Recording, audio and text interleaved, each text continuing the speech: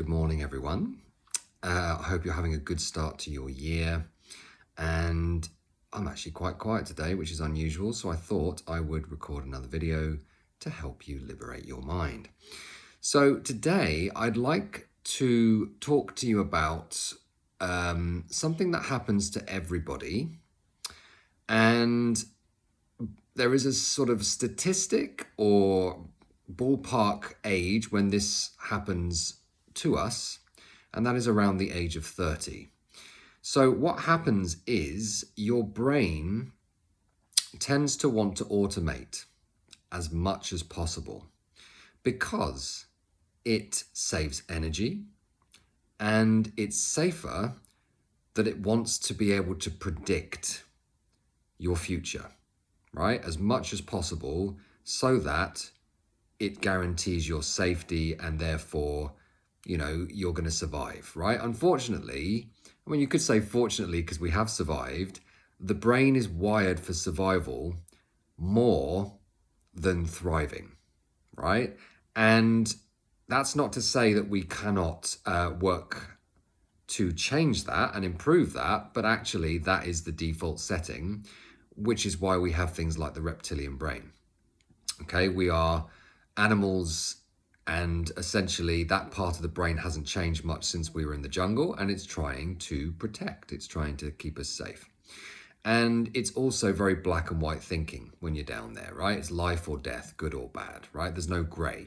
So this is why we want to keep you up here as much as possible. But today, what I want to talk to you about is the fact that by the time that you reach the age of about 30 years old, you will be unconscious and on autopilot about 95% of the time during your day, all right? So what does that mean? It simply means that you will do the same things, you will think the same things, and you will feel the same feelings as a result, right? So why does this happen? Well, the simple truth of it is, and it's quite a sad fact of modern society, is that because our routine doesn't change much the older we get.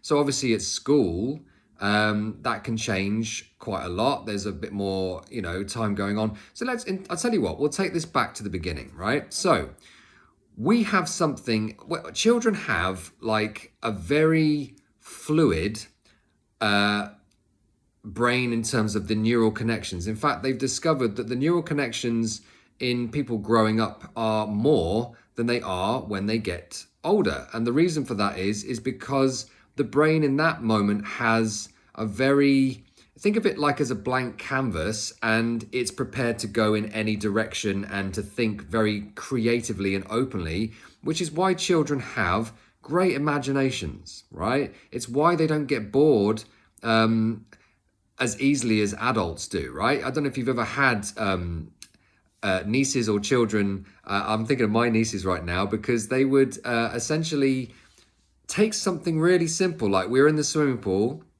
they're very young, and they think it's amazing that they can put their head underwater and they want to see how long they can do that for. And it's quite amusing for a few minutes. But then 10, 15, 20 minutes later, they're still amazed by this thing. And you're just like, okay, let's kind of move on, right? But that's it. They have great imaginations. There's a wonder about everything, right? Because it's fresh, it's new, right? You're really engaged in it. You're in that state of wonderment, right? And what happens as we get older is something kicks in, right? The brain starts to create what is called the default mode network, right? This is almost like your operating system, right? At the base of everything, it's like it wants to automate things. It wants to be able to predict that future. And therefore, it starts to add things to this system. And the more that our routine becomes stagnant, the more automated it becomes, right? But this can actually create issues as well, because if you start to experience negative situations and environments and events in your life, then it's listening and observing how you are as a human being, right? So you got your self-image, your mindset, right? How you approach things, your personality construct, right? So this is what can happen, and this is so I suppose I can deviate slightly into what depression's all about. When you have an event that happens that's, very emotional and has a negative impact on your life, your ability to be able to deal with that and then move on is important, because if you don't, what will happen is it can start as a mood. At first a large reaction happens, but then it's a mood, then it can become a temperament, then it can become a mindset. And if you keep perpetuating the same thoughts, the same behaviors, the same emotions, the brain starts to chunk down and automate into this, and it becomes an identity, right? This thing that happened to me now defines me, and I now think through a filter of this negative outlook on myself or the world or a person or whatever it might be, and the brain starts to automate, and then it gets stuck. So it's almost like you start as a child with this really chunked up creative brain. It's why children can learn as well. They can learn, they grow, they can be creative. And what we tend to do is we kind of then pigeonhole, and it comes more and more down into what it settles on. And then when you get to the age of about 30, it's so predictable, it's so fixed. You get up at the same time. You get out of bed the same way. You go and brush your teeth. You have you do everything in the same order. You drive the same way to work. You have the same conversations. You sit in the same desk, the same kind of, job that you do. You come home, you sit in front of the TV, you watch the same shows. So it automates it to the point where you're not really consciously aware most of the time. You're just spinning your wheels, right? And again, that's what depression can become within that, right? And various other different, and anxiety or anxious states is another one. You literally live as if the world is a scary place, right? And it becomes true for you, and it's automated. So it sounds pretty bleak, doesn't it? However, it's so socially accepted that no one talks about it. Not many people know about it, and we think the lights are on in there. But, have you ever been driving in a car and you're like, I don't know how I got here, right? It's because your brain automates that. Now, if something did strange happen, like a deer jumped into the road, suddenly that would be a moment of consciousness. You would come back with a bump, hopefully not literally, and you would then be conscious for those few seconds. But the moment the danger is past, you go back into your zombie state, and you're basically automated again. So I know that sounds a little bit depressing. So what I'm going to do now is help you to break free of that. And it is absolutely possible, right? But it takes some effort, because of course there's a pull to automate things, right? Your brain is doing it, and you're not even consciously aware of what's going on. And to a certain degree, we would like, it's helpful, it saves energy, and it does keep us safe. But the point is, it can also be, that you lose motivation, creativity. You get bored very easily. You're looking for stimulation. You're looking for variety. That's one of the 6 human needs. You need certainty, but you also need uncertainty. You need some variety there, right? So how do we break free? How do we start to find the wonder in life again, right? Well, I'm going to give you some ideas, but first I'm going to tell you how to cheat. And you won't be able to do this because it's illegal. So there is a way of doing it quicker, and that is using psychedelics, right? What are psychedelics? Psychedelics are compounds found in certain plants like psilocybin. There are others, things like toad venom and LSD, parts of different mushrooms and things like that, where it will take you out of the default network. I mean, right out. And depending on how much you take of it, it will essentially open you up. Now, there are 2 ways of taking these things. And they use these already clinically to deal with things like depression, because of exactly what we were talking about. It breaks them free of that network, which has become almost rusted like a circuit, in the sense that I think this about myself and the world, and I cannot break free of that, right? So it breaks them free of that, and breaks them free of it long enough for them once to find the resource and go, oh, it is possible to feel different, and actually life can feel good again. So even when they start to revert back to that, these neural connections are made and they stay, right? So there are two kinds of doing that. You can either do it with a very large dose, which you should only do in a clinical setting, and I cannot advocate taking drugs recreationally. And of course it's illegal, so I'm certainly not advocating that. Or you can do it via microdosing.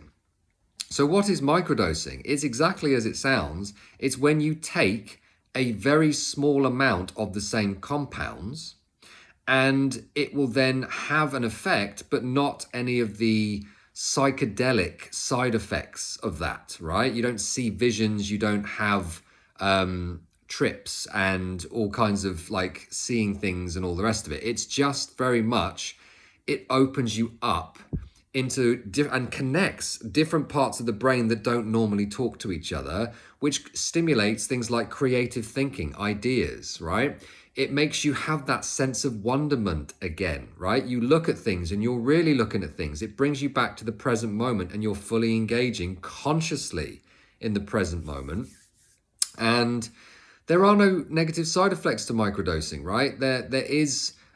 It's actually anti-addictive. So you can, if you take these kinds of medicines, shall we say, plant medicines, they make you want to give up drinking and taking drugs and all the rest of it. And that is what they do. There are retreats, again, that are properly looked after by therapists and trained people, where you go there and you can break addictions that way. Because what are addictions? Addictions, again, are you're stuck in that default network mode, and you have certain beliefs and behaviors and emotions going on that drive the need to try and escape that default mode network. But if you can escape long enough using some of these plant medicines, then essentially you can find new and new ways, and your brain will change. And this is something to say, the brain is changeable, right? This is what we're doing with therapy anyway. We are helping you to think in different ways and try taking different actions to, therefore, the brain is a physical manifestation of your experience, right? So when you think a certain way and do a certain thing and feel a certain way long enough, the brain takes the shape of that. It's a physical thing. So if we change that for long enough, the brain takes a different shape, and you are a completely new version of you, right? So sometimes a large dose of this can break people free out of that and make that permanent. Some people will give up an addiction or depression in just one large dose that's supervised by experts, which is why there's a chance that might be legalized very, very soon. Microdosing, as I said, it doesn't give you, the same kind of effects. It's a subtle change which opens you up to this creative thinking and this sense of presence and focus. And this is why a lot of people in Silicon Valley regularly microdose, and also parents microdosing now. There's studies on that, because of course it means that they are now able to see the world like their child does. They are a lot more patient, they're a lot more attentive, they're a lot less angry and frustrated and tired, they sleep better. All of these things are not negative, right? So essentially they've decided there's a good chance this is going to be legalized at some point. And if you think about it, it's quite healthy, isn't it? And a lot of people have come up with some of their best artists, musicians and scientists and computer experts, right? They microdose this stuff because they know it connects different parts of the brain. It breaks you out of your thinking. You're out of the box thinking. You're being inventive, right? So that's one thing to mention. Now, of course, you're thinking, that sounds great, but I can't get access to any of that, and I wouldn't, it's illegal anyway. So let's tell you what you can do, right? So meditation, right? Now, I have been a meditator now for, a decade, I would say, and I've got very, very into it, to the point where it's now, I do it multiple times a day for, up to an hour or longer, and it is life-changing stuff. Why is it life-changing? Well, it does all the same things as the psychedelics, right? It brings you out of that default mode network. It connects parts of the brain. It changes your mood, your temperament. It makes you more creative, right? It is essentially, it lights up. They've done this in labs where they've done brain scans of people that are meditators and people that are on psychedelics, and the same parts of the brain are lighting up and speaking to each other. It is revolutionary. It changes you. It is something that I cannot advocate enough, right? So meditation, highly recommend it. And if you're interested to find out more about all of that I've mentioned so far, I highly recommend either watching a series or the book. It's called How to Change Your Mind. And it's by a chap called, what's his name? Michael Pollen is his name. And he is a journalist and writer, and he basically went to speak to all the different people that were the experts on psychedelics, and he's done an amazing piece of work. He traces the whole history back all the way, and also took psychedelics and documented his experiences and other people's experiences, talks about all the experiments and where it's going and all the rest of it, and it breaks it all down for you there. And he links it also to the whole meditation thing, so that advocates that on a scientific level. So I highly recommend that. It's on Netflix now. It's free for that, and you can also get it on Audible or the the hardback copy of that, as well as a book, if that's your preference. So meditation, cannot advocate it enough. It's legal. It's free. It's something that you can learn to do, and when you get good at it, you will notice physical, emotional, and mental changes for the better. Something else you can do is exercise, right? So exercise actually grows new brain cells, right? It stimulates the brain to do neurogenesis, right? It makes the brain bigger. It's like a muscle. When you exercise, it's exercising the brain as well. And they did a wonderful experiment actually at a school in America where they actually made it compulsory for children to run a mile before they started their school day and do other kinds of sport throughout the day to get them moving. And what they discovered was that their IQs and their test scores went through the roof, so much so that they actually then entered that school as its own country in a international, I guess you'd call it a quiz, and they won it. So better than the people in the Chinese and all the brain box people. And that's not racist. They generally are very intelligent people. And they won it. So what we're saying here is when you exercise, you are not only exercising for the body, you are actually doing it for your brain as well. Various functions of the brain improve, the prefrontal cortex at the front, and also areas like the hippocampus, which regulate your mood, emotions, and it helps you to grow new brain cells. Your brain gets bigger, and it flows and it works better, it's healthier. So again, exercising. And you could argue then that the more our society becomes glued to screens, and that children aren't necessarily out playing all day in the fresh air, in the sunshine, running around and playing football and all the rest of it, that the correlation of test scores has started to go down and deteriorate. So, you know, and if you're interested in learning more about that, there is a book you can read called Spark by a chap called John Ratey. He has been known for writing lots of books on how the brain works, and this particular book is all about the correlation between exercise and brain health. If you're not wanting to read a whole book, you can simply go to my website, which is theliberatedmind.co.uk, and I've written a blog which summarizes all of the good points on that. I think the blog's called Exercise and Your Mental Health, something like that. So the last thing I want to tell you is then, how can you break free? The answer is doing things that stimulate the brain. Crossword puzzles, doing Sudoku, doing quizzes, learning new things. Something else that the psychedelics microdosing will do is it will help you to learn, because your brain opens up. This is why kids learn so well. They have a brain that is used to being stretched and going in different directions, and it's open still. It doesn't sort of come down into that very fixed thing. And that's why it's quite hard to learn when you get older, because your brain isn't used to learning anymore. It's very fixed in its way of thinking and learning. It doesn't really learn much anymore. It certainly struggles to learn. So by opening this up, the brain is a muscle. So not just doing the exercise to stimulate the health of the brain and the size of the brain, but actually then exercising the brain. And this is why this is important.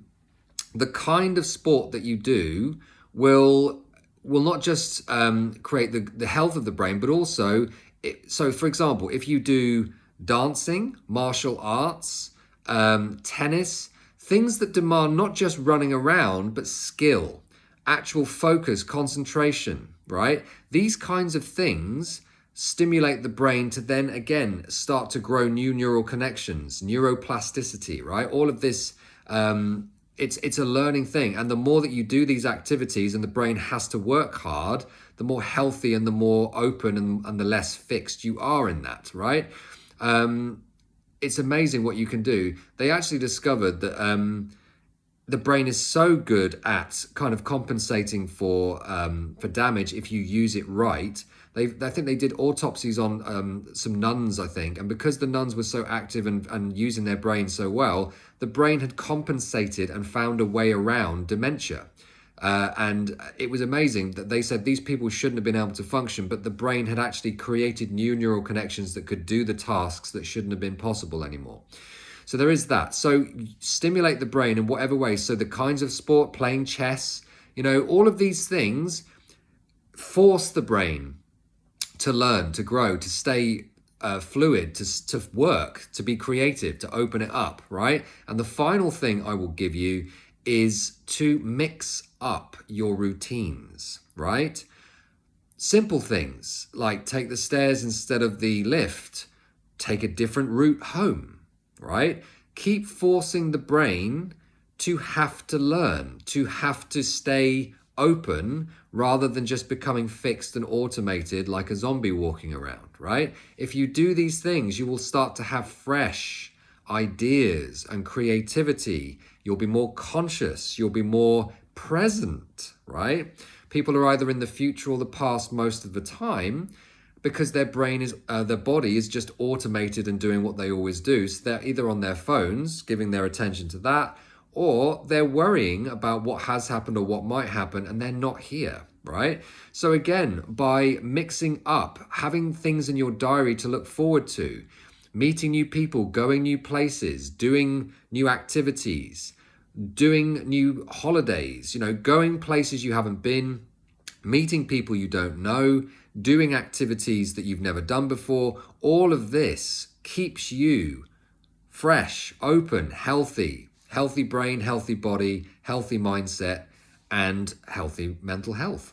So hopefully that has given you lots of food for thought, and it will help you to break free and liberate your mind. And if anyone needs support, you can always get in touch with me. I'm actually fully booked at the moment, but I'm sure that some spaces will open up because people are generally done between, I would say, 5 to 10 sessions.